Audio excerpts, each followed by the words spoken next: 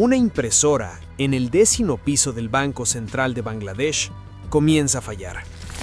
Los empleados, apenas le prestan atención. Es solo otra falla técnica. Pasa todo el tiempo. Mira, lo que no saben es que en ese preciso momento, desde una habitación en Shenyang, China, un equipo de hackers norcoreanos acaba de intentar robar $1.000 millones. No con armas, ni con explosivos, solo con una línea de código. Y lo más perturbador es que casi lo logran. Todo el plan era perfecto, absolutamente perfecto. 1 año de preparación, 35 transferencias programadas, 951 millones listos para desaparecer, hasta que alguien escribió mal una palabra. Foundation en lugar de foundation. Un error de ortografía de solo 2 letras les costó $850 millones. Pero, aún así, se llevaron 81 millones en efectivo, blanqueados a través de casinos en Manila, y nunca fueron capturados. Esta es la historia del atraco más audaz del siglo XXI. El día en que un país entero robó un banco. Antes de entender el robo, necesitas entender a los ladrones.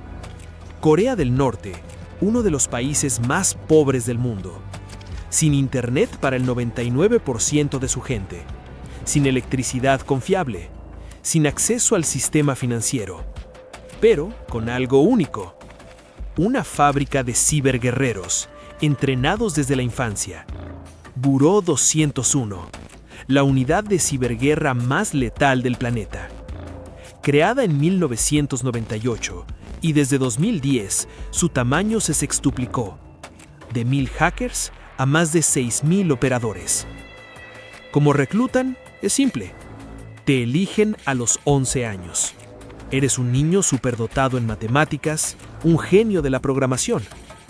Un día, un oficial del régimen toca tu puerta. Tu familia llora de alegría porque acabas de ser seleccionado. Te envían a la Universidad Kim Il-sung o a la de tecnología Kim Chaek. 2 años, acelerados. No estudias para crear software, estudias para destruirlo. Aprendes a diseccionar sistemas Windows, a crear virus destructivos, a infiltrarte en redes bancarias y desaparecer sin dejar rastro. Luego viene lo bueno, el entrenamiento internacional. Te mandan a China, a veces a Rusia, 1 año completo, perfeccionando tu oficio. Porque en Corea del Norte el internet es tan lento que ni siquiera puedes practicar bien. Vives en el Hotel Chilbosan, en Shenyang. Oficialmente eres un programador independiente, un estudiante de videojuegos, pero en realidad estás ahí para una sola misión: financiar el régimen. Porque Corea del Norte descubrió algo brillante: los misiles cuestan millones, los hackers cuestan nada. Y lo mejor, no pueden morir en combate, no dejan cuerpos. Es la guerra perfecta, invisible, rentable, letal. Y para 2015, el Buró 121 ya había perfeccionado su modelo. Habían hackeado Sony Pictures, robaron el banco Sonali en 2013. Pero eso era solo práctica, ensayos. Ahora venía lo grande. Ahora volvamos al casino más grande del mundo, el sistema bancario global. Enero de 2015, 1 año antes del robo, varios empleados del Banco Central de Bangladesh reciben un correo electrónico. Es de un tal Rasel Alam, un joven buscando trabajo. Adjunta su currículum, su carta de presentación, todo parece legítimo. Al menos un empleado hace clic en el link, descarga los archivos y en ese instante Corea del Norte entra al banco. El archivo contenía un keylogger, un malware diseñado para observar, no para robar todavía, solo para aprender.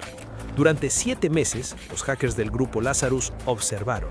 Estudiaron los horarios de los empleados, sus patrones, cómo autorizaban transferencias, qué sistemas usaban, hasta que encontraron la joya: el acceso al sistema SWIFT. SWIFT es el tejido nervioso del sistema bancario mundial. Es el protocolo que permite enviar dinero de Bangladesh a Nueva York en segundos. Sin SWIFT no hay banca internacional, no hay economía global. Y los norcoreanos acababan de encontrar la puerta trasera. En paralelo, prepararon la ruta de escape.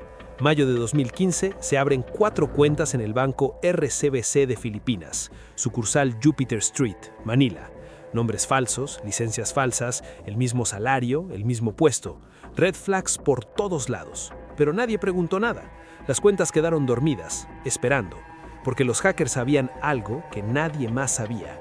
Estaban a punto de ejecutar el golpe más grande de la historia moderna y necesitaban que todo saliera perfecto. Febrero 4 de 2016, jueves, 8:36 de la noche. Los hackers tenían todo listo: acceso al SWIFT, credenciales robadas, cuentas en Filipinas e impresoras saboteadas. Y ahora venía la jugada maestra, la trampa del fin de semana global. El jueves en la noche en Dhaka es jueves en la mañana en Nueva York.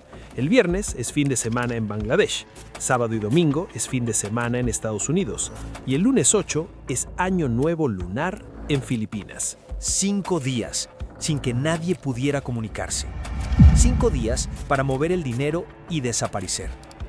Los hackers enviaron 35 órdenes de transferencia. 951 millones desde el Federal Reserve de Nueva York.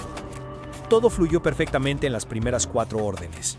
81 millones de dólares a las cuentas falsas en Filipinas. Luego vino la quinta. 20 millones a la Shalika Foundation en Sri Lanka. Y ahí fue donde todo se derrumbó. Un empleado en Deutsche Bank en Frankfurt revisa la orden. Algo no cuadra. El nombre del beneficiario está mal escrito. Shalika Foundation en lugar de Foundation. Parece menor, un simple typo.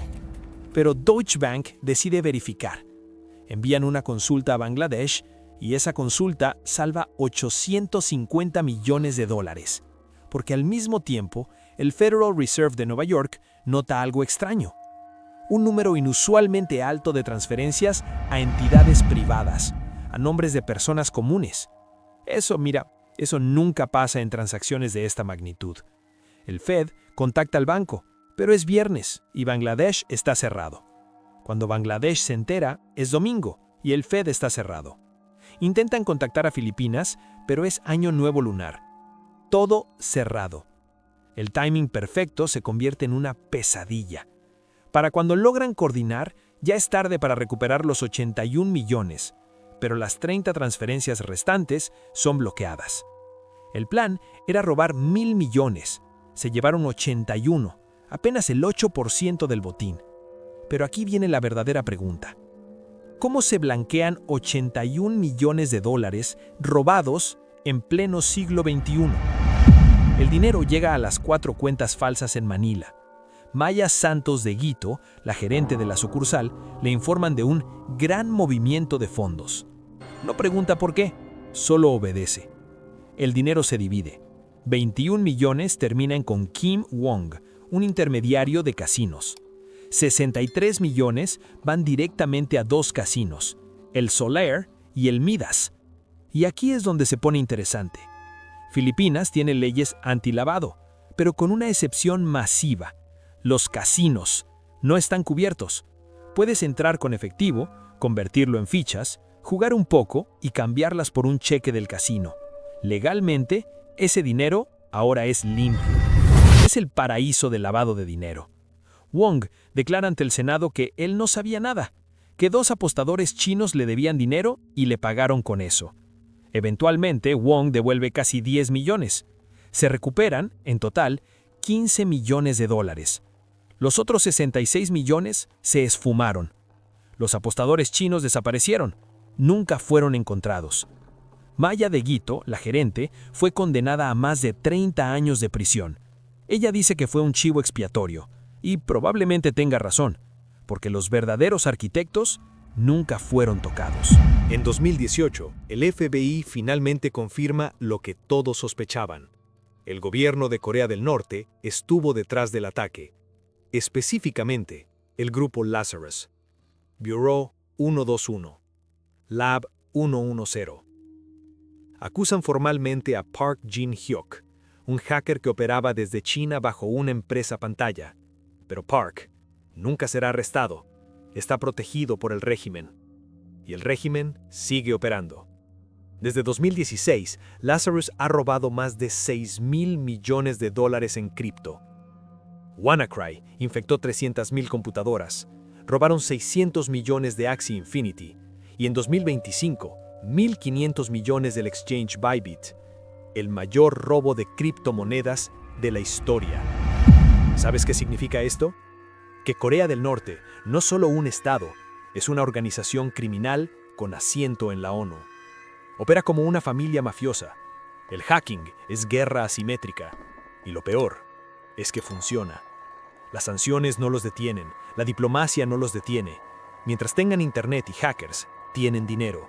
Y mientras tengan dinero, tienen misiles, reactores nucleares y control sobre su gente.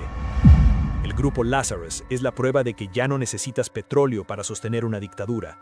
Solo necesitas un teclado. Volvamos a esa impresora del 10º piso. Si hubiera funcionado, alguien habría visto las órdenes a tiempo. Si Deutsche Bank no hubiera notado el error de ortografía, los 20 millones habrían pasado. Si el Federal Reserve no hubiera sospechado, quizás se llevaban los 1.000 millones. 3 coincidencias salvaron el sistema, pero también revelaron algo aterrador. El sistema bancario global es sorprendentemente frágil. Este no fue un ataque de fuerza bruta, no rompieron la encriptación, solo enviaron un email con un PDF adjunto, esperaron 7 meses, robaron credenciales. Eso fue todo, y casi se llevan 1.000 millones. Hoy, el dinero recuperado sigue en disputa legal. Bangladesh demanda a todos, pero el verdadero enemigo sigue intocable. Corea del Norte no responde a demandas, no reconoce tribunales. Es un estado fuera del sistema, pero dentro de Internet. Esa es la paradoja del siglo XXI. Puedes aislar a un país físicamente, pero no puedes aislarlo digitalmente, no sin apagar todo Internet. Así que mientras escuchas esto, en alguna habitación en Shenyang o en un departamento en Pyongyang, un hacker de 23 años está estudiando tu banco, observando, aprendiendo, esperando. Porque para ellos, esto no es un crimen, es supervivencia. La audacia del grupo Lazarus es solo una muestra de la disciplina militar de un régimen que no tolera fisuras. Pero, detrás de toda esta tecnología, existe una realidad humana mucho más cruda y sangrienta. Porque en Corea del Norte no solo entrenan cibercriminales, también entrenan sobrevivientes. Y hay una historia que necesitas conocer. La historia de un soldado norcoreano que decidió desafiar al régimen, que corrió entre una lluvia de 40 disparos para cruzar la frontera, que sobrevivió con 6 balas en el cuerpo y hoy vive para contarlo. El escape imposible de Corea del Norte. Un documental que te mostrará lo que es capaz un hombre cuando lo único que desea es libertad. Haz clic en el video que aparece en pantalla ahora, porque esta historia apenas comienza.